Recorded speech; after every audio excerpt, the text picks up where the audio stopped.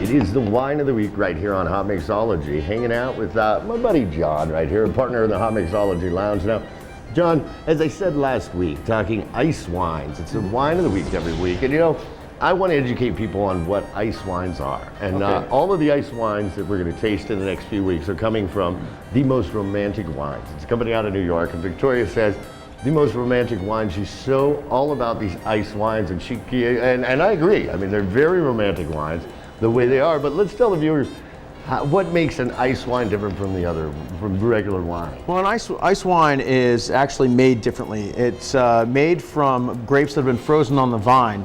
And what happens there is the sugars don't freeze, but all the water in the grapes do. So when they are pressed, they get a much more intense flavor. Caroline Cellars is the maker of this ice wine. We're enjoying the Cab Franc, the Cabernet Franc ice wine. And that's out of Canada. And Canada and Germany are the two biggest producers of ice wine in the world. And ice wine actually goes back to pre-Roman times. Pliny the Elder, as a matter of fact, wrote about ice wines in some of his writings. So you know, so interesting. And as they say, they're a sweeter wine as a whole, right?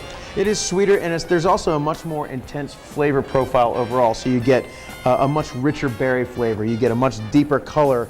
Yeah, look at that right there. But with almost it's a jewel tone to the wine that you only see in some of the very finest reds if you're talking about quote-unquote normal wine. Right.